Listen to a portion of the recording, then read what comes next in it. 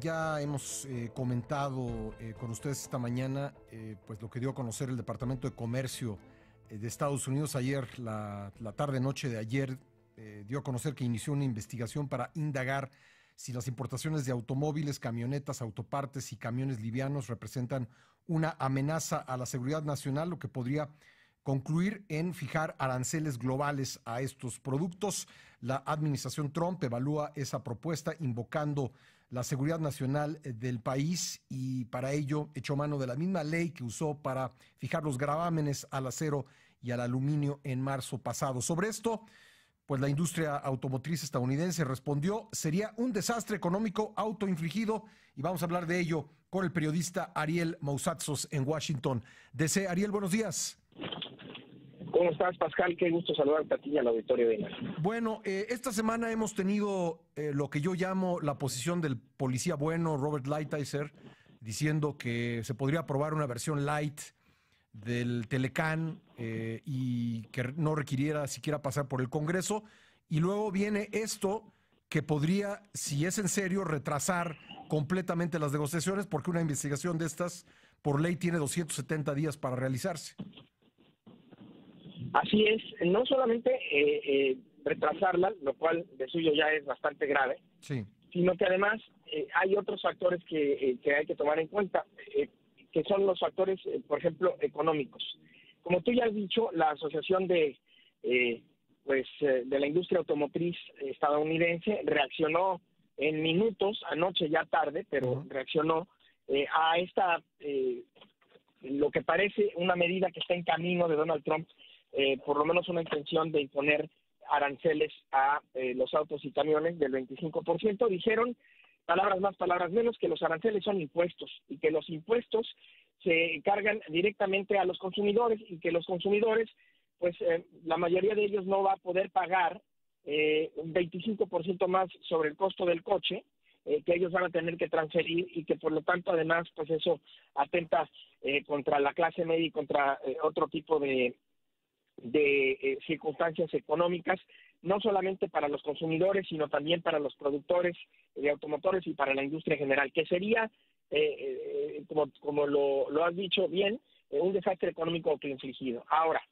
eso por un lado. Por el otro lado, hay alguna ironía en el menor de los casos, porque en México los salarios de la industria automotriz son entre 4 y 8 dólares la hora, cuando en Estados Unidos y en Canadá efectivamente son de 16 dólares la hora. Sin embargo, el salario mínimo en Estados Unidos es de poco más de 7 dólares la hora.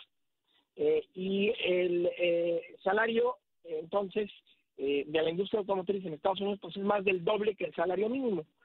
Se le ha pedido diversos sectores al presidente Donald Trump y a los republicanos que eleven de manera urgente el salario mínimo en Estados Unidos y no lo han querido hacer.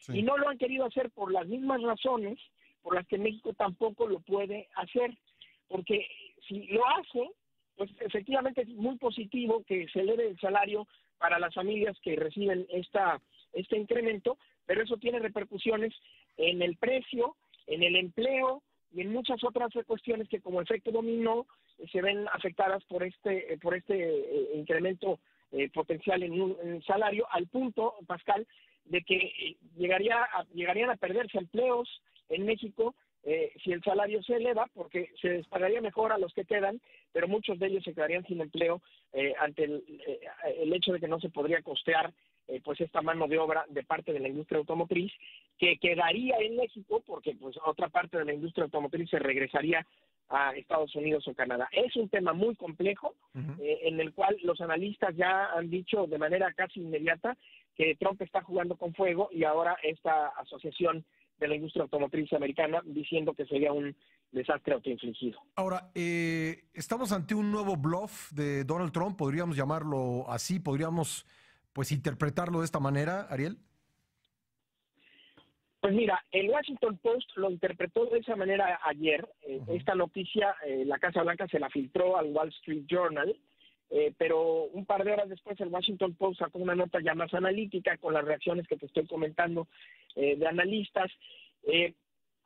Yo creo que sí es un bluff hasta cierto punto. El problema es que Trump es uno de esos políticos, porque ya es político, aunque no venga de la política, ya es político, es uno de esos políticos muy raros que cumplen lo que prometen y lo cumplen hasta el último punto de la última I, cuando puede. Cuando no puede, porque se lo impide el Congreso o porque se lo impide algún otro de los poderes o instituciones o leyes de Estados Unidos, bueno, pues lo deja a medio camino, como ha ocurrido con el Acuerdo de París y algunos otros acuerdos. Pero en este caso, no se sabe, nadie sabe bien a bien, quizás solamente Donald Trump, si está dispuesto a llegar hasta el final y a imponer los aranceles, o si nada más lo está haciendo, como dices tú, a manera de blog para ver si presiona a México para que diga, bueno, pues entre que me pongas aranceles del 25% o entre aceptar que el 40% de los coches estén hechos en Estados Unidos o en Canadá porque yo no tengo el salario de los trabajadores que ustedes tienen, pues ya doblo las manos y ahí voy. No parece ser así. Las fuentes cercanas a la negociación del lado mexicano me han dicho que no piensan ceder, porque evidentemente esto afectaría a la industria automotriz, y además hay que recordar que también en el caso del acero y el aluminio, que utilizó esta misma justificación, pues ahora Trump ha exentado a varios países, entre ellos México y Canadá, que por cierto esta exención vence el 31 de mayo, veremos si la extiende o si, como él dijo, ya no la extiende, y entonces vendrían medidas retaliatorias, medidas de respuesta de parte de México y de Canadá, porque en el marco del Tratado de Libre Comercio actual esto no tiene lugar, no tiene cabida, y entonces México ya ha anunciado que eso haría. Quizás eso haría también en la industria automotriz, y lo único que haría es, como dices, retrasar más las negociaciones, complicarlas aún más, y mandarlas mucho más adelante en el tiempo. Ahora, no podemos desconocer una cosa que es una obviedad, Ariel. Hay tratado, es decir, el tratado está vigente. Es decir, que mientras no se cambie, pues continúan las mismas condiciones, y esto, pues a juzgar por los números de los últimos 24 años, casi 25 años, pues ha sido benéfico para México. México realmente no tiene un incentivo de hacer nada al respecto, y pondría, yo creo, a Estados Unidos, al gobierno de Donald Trump, en pues el predicamento de decidir si ante la negativa de Canadá y México de aceptar lo que ellos proponen, pues tener que salirse del tratado, lo cual no sé cómo lo veas tú, yo lo veo complicadísimo, y más pues en vísperas o ya faltando muy pocos meses para la elección intermedia. Pues has tocado lo que me parece a mí que es el meollo del asunto en la lógica de la negociación. Sí. Yo creo que los negociadores mexicanos y los canadienses piensan exactamente esto mismo y lo derivan de la misma forma en la que lo estás haciendo, que es, nosotros en este momento tenemos tratado, nos está yendo muy bien a México y Canadá con este tratado. Quien tiene urgencia de cambiarlo es Estados Unidos. Si no cedemos ante sus presiones, lo que va a pasar es que el tratado que tenemos, que nos beneficia, va a seguir vigente. Y si sigue vigente, Estados Unidos lo único que puede hacer es intentar retirarse del tratado. Y el presidente de Estados Unidos tiene derecho, de acuerdo a la ley de Estados Unidos, a avisar de su intención, como dice también el actual texto del tratado, avisar de su intención de retirar a Estados Unidos del tratado en los próximos 6 meses. Sin embargo, a lo que no tiene derecho, dicen la mayoría de los analistas legales y la mayoría de los congresistas republicanos o demócratas y de los senadores, a lo que no tiene derecho es a retirar, de hecho, a Estados Unidos del tratado.